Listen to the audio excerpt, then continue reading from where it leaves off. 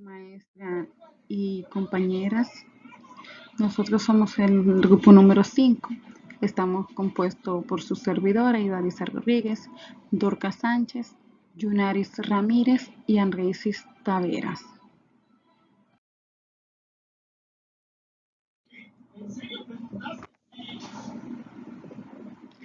En esta tarde estaremos hablándole acerca de la medición de habilidades múltiples y rasgos de la personalidad.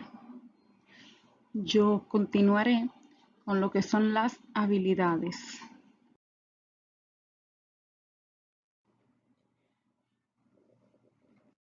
Las habilidades se pueden definir como la capacidad que tiene de lograr el éxito en la tarea que está realizando gracias a su destreza. Las habilidades se pueden considerar tanto innatas como de aprendizaje, pues algunas de ellas solo se adquieren mediante ensayo-error. O sea, solo se adquieren durante el proceso.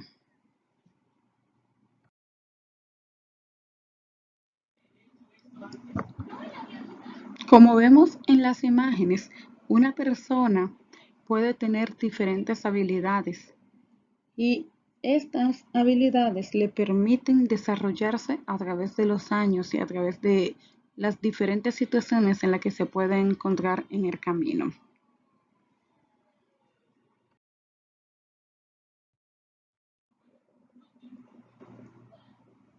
Las habilidades se pueden distinguir en tres grandes grupos: habilidades cognitivas, habilidades sociales y habilidades físicas. Las habilidades cognitivas son todas las cuales se ven involucrados los procesos mentales, es decir, la memoria, la lógica y el uso del lenguaje formales, como en el caso de las matemáticas.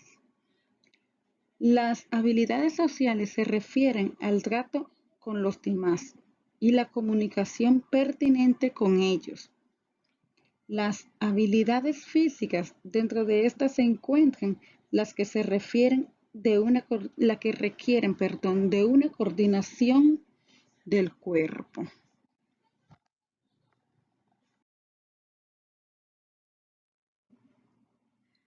Las habilidades cognitivas son aquellas facultades mentales que nos ayudan a comprender el mundo que nos rodea y a procesar los estímulos que recogen los sentidos de la vista, olfato, tacto, gusto y oído. Según muchos expertos, el conjunto de todas las habilidades cognitivas conforman la inteligencia o capacidad intelectual.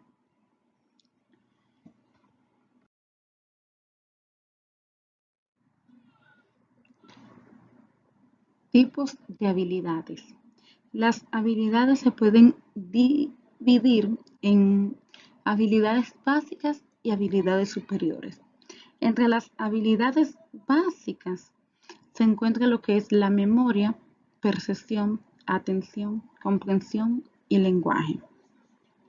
La memoria es aquella habilidad cognitiva que nos permite almacenar información para luego poder comprenderla y elaborar un pensamiento estructurado. La percepción es la facultad cognitiva primaria, aquella más básica. Esto que, pues, gracias a ella, nuestro cerebro organiza y procesa la información de nuestro sentido. La atención es la capacidad cognitiva con la que podemos dirigir nuestros pensamientos hacia un estímulo o acción concreta. La comprensión es una destreza mental que nos ayuda a entender aquello percibido y a generar ideas a través de la observación del medio y los fenómenos que ocurren en él.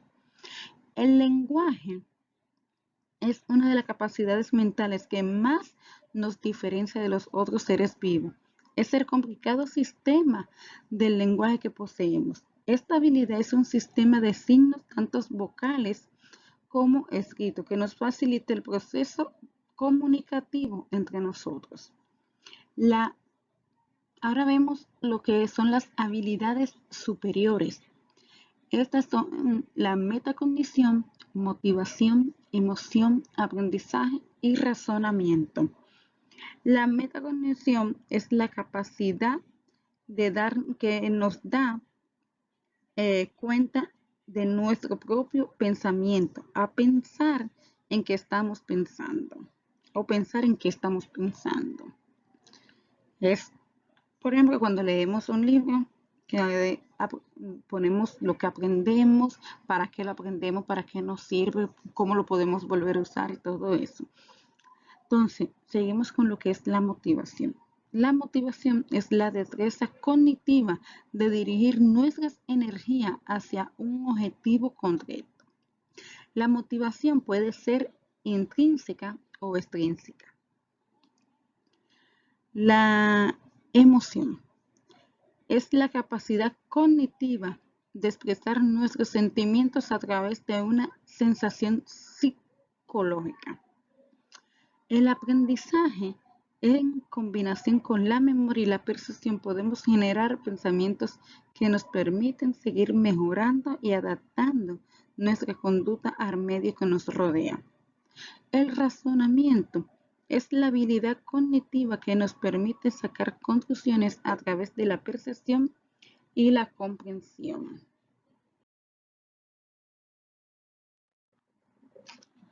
Test de medición de habilidades.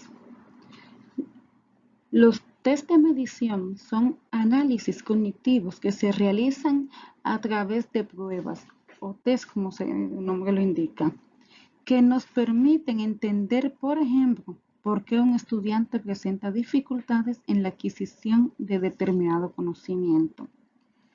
Cada informe que dan estos test dispone de recomendaciones prácticas para el estímulo de cada habilidad cognitiva específica.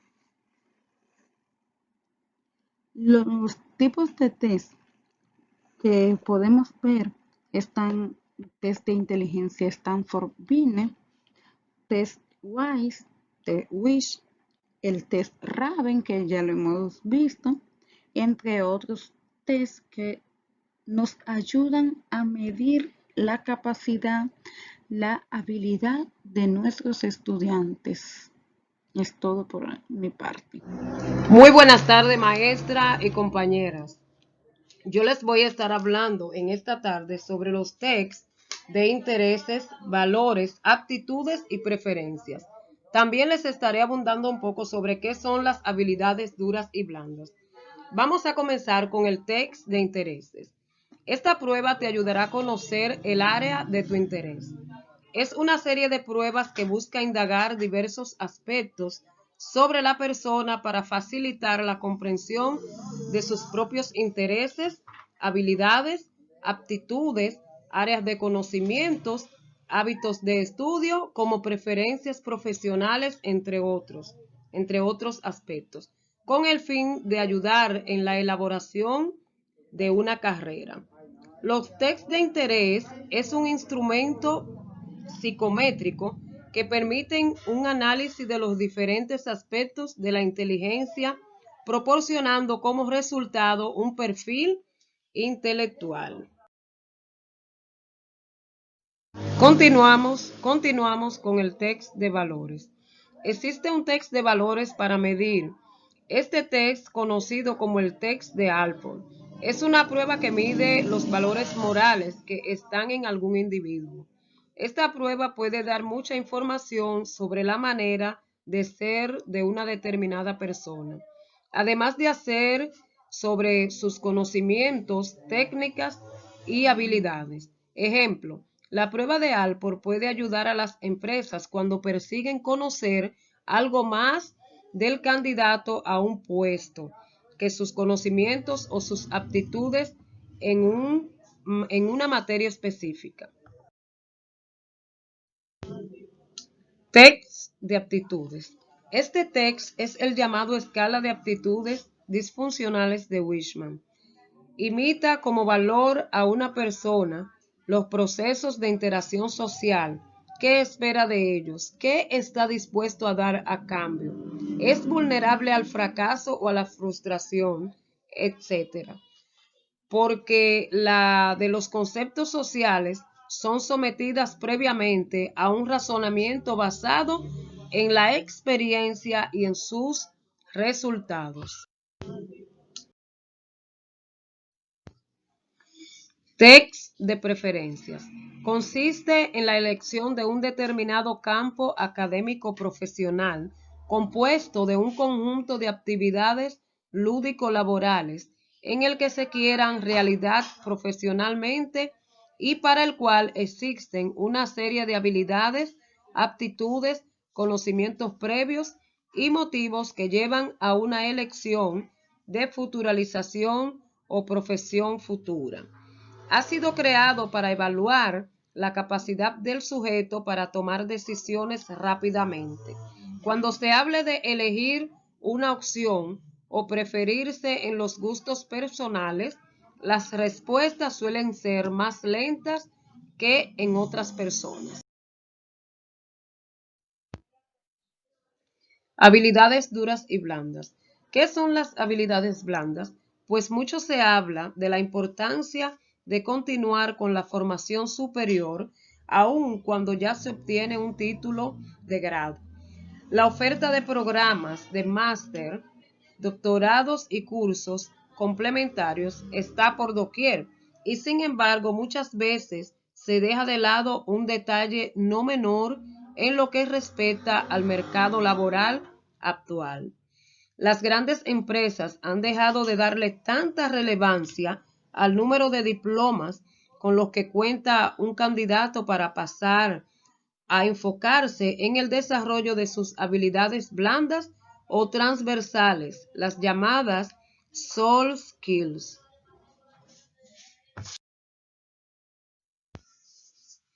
A diferencia de las habilidades duras, que se identifican con todo el conocimiento académico curricular obtenido durante el proceso formativo formal, las habilidades blandas tienen que ver con la puesta en práctica integrada de aptitudes, rasgos de personalidad, conocimientos y valores adquiridos. Buenas tardes, mi nombre es Yunari Ramírez Boyel y en esta tarde estaremos abordando el tema de la personalidad.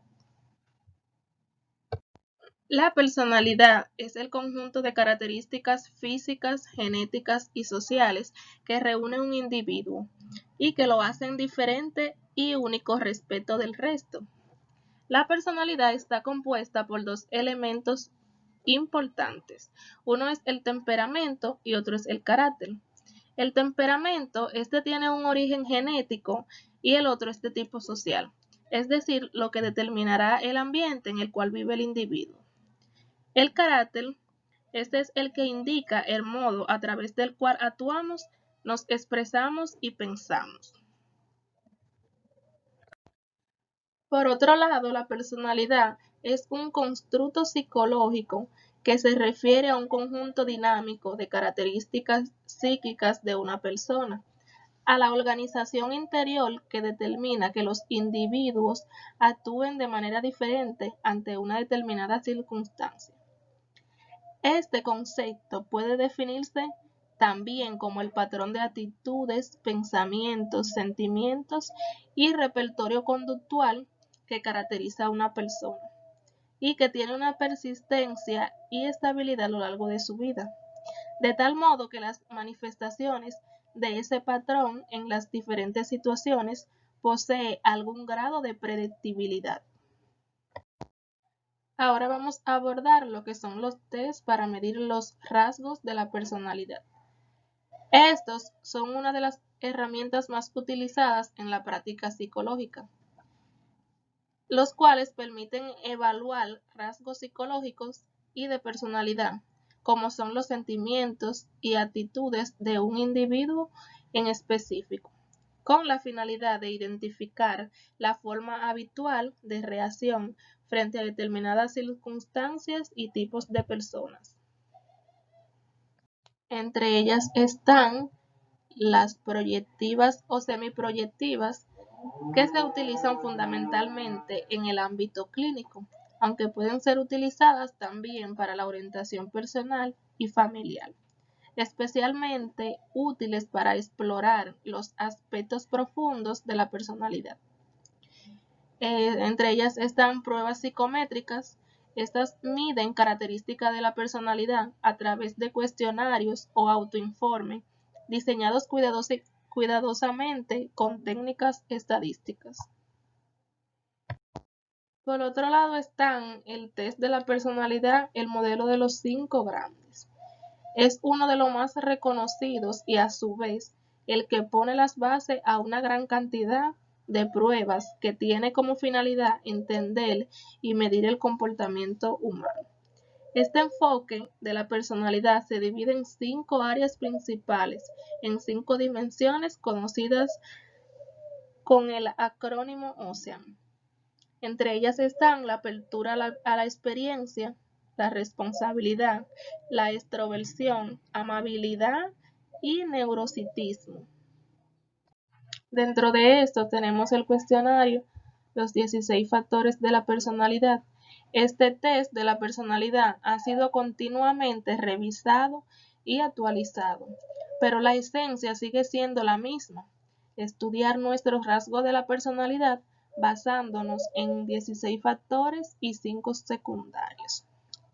Dentro de estos están el factor A, afectividad; factor C, estabilidad; factor F, impulsividad; factor H, atrevimiento; factor L, suspicacia; factor N, astucia; factor Q2, autosuficiencia; factor Q4, tensión; factor B, razonamiento; factor E, dominancia; factor G, conformidad grupal; factor I, sensibilidad; factor M, imaginación; factor O, culpabilidad; y el factor Q3, autocontrol. Para finalizar, tenemos lo que es la prueba de Rorschach. Su estela, a menudo algo cinematográfica, hace que se la conciba como este test de personalidad que todo psicólogo tiene a mano, casi de forma obligada, cada vez que un paciente llega a la consulta. Ahora bien, cabe decir que todo tiene matices. Desde que Hermann Rorschach lo publicó en 1921, su difusión en la comunidad psicoanalítica fue inmediata. Sin embargo, en la actualidad no deja de ser una prueba proyectiva más, como el test del árbol, el test de apercepción temática TAT. En esta primera parte vamos a estar hablando acerca de la utilidad del dibujo en la medición del desarrollo psicológico del niño, en donde se abordarán los principales temas. ¿Qué es el dibujo infantil? El dibujo infantil en las etapas del niño. Temas del dibujo.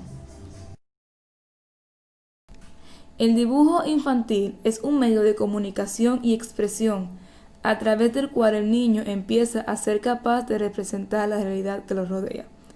En sus inicios, el dibujo aparece como parte del desarrollo de la actividad motora y los dibujos se limitan a reproducir los movimientos de la mano. La relación entre el juego y el dibujo es muy estrecha, ya que los niños disfrutan expresándose a través de sus dibujos o experimentando con los colores y las formas. Durante la infancia, los niños dedican mucho tiempo a dibujar como parte de su tiempo de juego, ya que resulta una actividad muy placentera para ellos. El dibujo contribuye al desarrollo de 3 áreas fundamentales para el desarrollo temprano del niño, las cuales son la motora, la cognitiva y la emocional. Dibujando, los niños aprenden a controlar sus movimientos y son capaces de adquirir una motricidad fina, adecuada para desarrollar futuras habilidades como la escritura. El dibujo tiene un indudable componente cognitivo, ya que permite a los niños reflejar su comprensión del mundo y la realidad. Además, fomenta la creatividad y la imaginación. El aspecto afectivo es muy importante, ya que en sus dibujos los niños pueden representar aquello que les preocupa, aquello que desean o las cosas que les interesan. El dibujo ayuda a los niños a expresar emociones que ellos mismos no sabrían expresar con sus palabras. El dibujo infantil va pasando por diferentes fases. Los primeros dibujos de los niños consisten en los llamados garabatos y tienen lugar alrededor de los 18 meses de edad. Estos consisten en líneas rectas o curvas que se repiten y no representan nada reconocible. En esta edad es importante no pedir a los niños que dibujen o copien. Lo más importante es animarles a dibujar en hojas en blanco, para que poco a poco vayan experimentando con las pinturas. Primero, empezar con ceras gruesas y progresivamente introducir lápices más finos. Entre los 2 y 3 años, el niño imita líneas horizontales, verticales. Posteriormente va incluyendo líneas onduladas y círculos. A partir de los 2 años intenta representar o copiar la realidad, pero aún no tiene la habilidad suficiente para que sus dibujos tengan un parecido representativo. Entre los 3 y 5 años, el niño ya ha mejorado habilidades motoras como la precisión en el trazo o el agarre correcto del lápiz. Además, cuando dibuja tiene una intención concreta y pone nombre a lo que dibuja. Hacia los 4 y 5 años logran dibujar algunos objetos como casas, árboles y ya pueden distinguirse la figura humana, aunque todavía se aprecia desproporción en las partes. A partir de los 6 hasta los 8 años, los niños intentan que sus dibujos se acerquen a la realidad. Comienzan a incluir detalles y a utilizar los colores. De los 9 hasta los 12 años, el niño ha alcanzado una madurez motora que le permite que sus dibujos sean cada vez más realistas. Comienzan a tener en cuenta aspectos como la perspectiva, las proporciones y la superposición. Interpretación de los dibujos de los niños. ¿Cómo sujeta el lápiz? Una de las primeras cosas que hay que observar es cómo sujeta el niño el lápiz entre sus dedos. Si la sujetación es suelta, vemos a un niño relajado, tranquilo, mientras que si es apretada, denota tensión o nerviosismo. ¿Cómo ocupa el espacio? El niño suele dibujarse siempre en el centro de la hoja, un modo de percibirse en el centro del mundo, algo natural en los pequeños, mientras que alrededor ubica las representaciones simbólicas relacionadas con su yo. La forma en que ocupa el espacio nos habla sobre la manera en la que el niño actúa ante el mundo. Si dibuja en toda la hoja es un niño más extrovertido, dinámico y participativo, mientras que un niño más retraído, tímido e introvertido ocupa una pequeña parte de la hoja. A veces el niño ocupa la hoja deliberadamente, es decir, que a veces dibuja en el centro y otras en una esquina, sin orden alguno. Es frecuente en niños irritables, con constantes cambios de humor y que normalmente se distrae con facilidad. El trazo y su forma, tachaduras y borrones. El trazo. La precisión que ejerce el niño en el trazo es una señal muy importante que refleja su temperamento. Un trazo firme y continuo demuestra una personalidad segura con confianza en sí mismo. Una buena precisión indica entusiasmo, voluntad y necesidad de movimiento. Por su parte, un trazo incierto y tembloroso demuestra una personalidad que necesita reasegurarse y busca constantemente la aprobación de los demás. Suelen ser niños más sensibles, con baja tolerancia a las frustraciones. Un trazo débil puede indicar también cansancio o falta de voluntad. Cuando el trazo es excesivamente fuerte y marcado, denota agresividad. La forma de los trazos. Como sucede con la escritura, los trazos continuos de formas redondeadas demuestran un estado afectivo sereno, conciliador. Suelen denotar un espíritu dócil. Por su parte, los trazos interrumpidos de forma quebradas y puntiagudas demuestran tensión, impulsividad y desconfianza hacia los demás. Tachaduras y borrones. Hay niños en cuyos dibujos suelen encontrarse con muchas frecuencias tachaduras o marcas de borrones que se repiten constantemente. Se trata de niños con baja autoestima que manifiestan a través de ellos una falta de confianza en sí mismos. Están inseguros de lo que hacen. Elección de los colores. Es el modo de expresar cómo se plantea el niño ante la vida. Si utiliza muchos colores demostrando alegría de vivir, curiosidad y motivación, o por el contrario, si elige siempre los mismos colores demostrando cierta inseguridad. Los niños más entusiastas y extrovertidos suelen preferir los colores cálidos y vivaces, a veces complementarios como azules o verdes. Un niño demasiado irritable puede mezclar demasiado los colores, pintando uno encima del otro, haciéndolo casi irreconocible. Un niño sentimental siente predilección por los colores fríos y oscuros, mientras que un niño temeroso no suele colorear los dibujos y el obsesivo los elige con exceso cuidado sin desbordarse nunca. Los temas del dibujo. El dibujo libre, es decir, que los niños dibujen lo que ellos deseen, es una buena forma de que expresen sus deseos y motivaciones en un momento dado. Pero los temas que más nos ayudan a conocer mejor cómo se ven ellos ante el mundo son un árbol, la figura humana y la familia.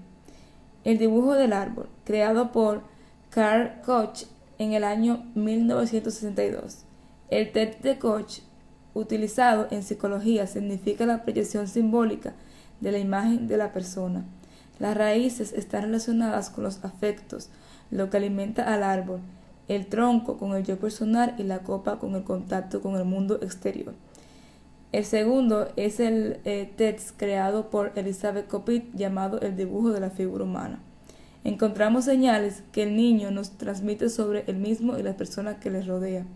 Las dimensiones de la cabeza en relación con el cuerpo, si dibuja o no las extremidades, si la figura tiene proporción o no, si tiene características muy remarcadas, como unos ojos demasiado grandes o dientes puntiagudos, si rellena o no la figura. Son algunas expresiones de sus sentimientos, emociones o miedo. El último es el test del dibujo de la familia, creado por Maurice Porot en el año 1952. El niño demuestra su situación afectiva y emocional dentro de la estructura familiar, si aparece o no en el dibujo, el orden en el que aparece, si dibuja a los miembros o excluye a algún padre o hermano, el tamaño en el que dibuja a cada uno, si los miembros de la familia están unidos o dispersos, si se están tocando o no. Son algunas expresiones relacionadas con el miedo a perder el afecto de los padres, con los celos entre hermanos, con la necesidad de protección, etc. En esta última parte hablaré sobre lo que es el informe psicopedagógico y su elaboración. El informe psicopedagógico es un documento escrito que refleja la visión de los profesionales sobre el estudiante evaluado, debiendo informar no solo acerca de los niveles de logro en cada una de las áreas curriculares, sino que además debe brindar información de los diferentes contextos en que se desarrolla, información acerca de su potencialidad y qué ayuda requiere. Es un documento donde se describen resultados del proceso de evaluación psicopedagógica, como la situación evolutiva y educativa del alumno, en los diferentes contextos del desarrollo y sus necesidades educativas en términos de la propuesta curricular y del tipo de ayuda que va a necesitar para facilitar y estimular su progreso. Debe ser elaborado en forma conjunta por todos los que participaron en la evaluación psicopedagógica. Entre los aspectos a considerar en la elaboración del informe psicopedagógico está: número 1. Datos del alumno. Se consignan los datos personales, motivo de evaluación. 2. Técnicas e instrumentos de evaluación. Se mencionarán todos los instrumentos y técnicas utilizadas. 3. Condiciones personales de salud. Se considera la historia y desarrollo evolutivo, nivel de autonomía en las capacidades motoras, lingüísticas, sociales y cognitivas. 4. Datos del proceso de enseñanza y aprendizaje, en las que se encuentran el nivel de competencia curricular, estilo de aprendizaje, contexto de aula, contexto de centro. 5. Datos del contexto sociofamiliar, principalmente la relación de la familia con la escuela, la vida familiar del alumno, composición familiar y las características del entorno para una mejor comprensión y ayuda al alumno. 6. Conclusiones. Siendo de gran importancia la identificación de las necesidades educativas especiales a partir de una visión de conjunto orientada a establecer las necesidades para ajustar las respuestas educativas a las necesidades de los alumnos. 7. Recomendaciones. se considera la previsión de del apoyo al estudiante.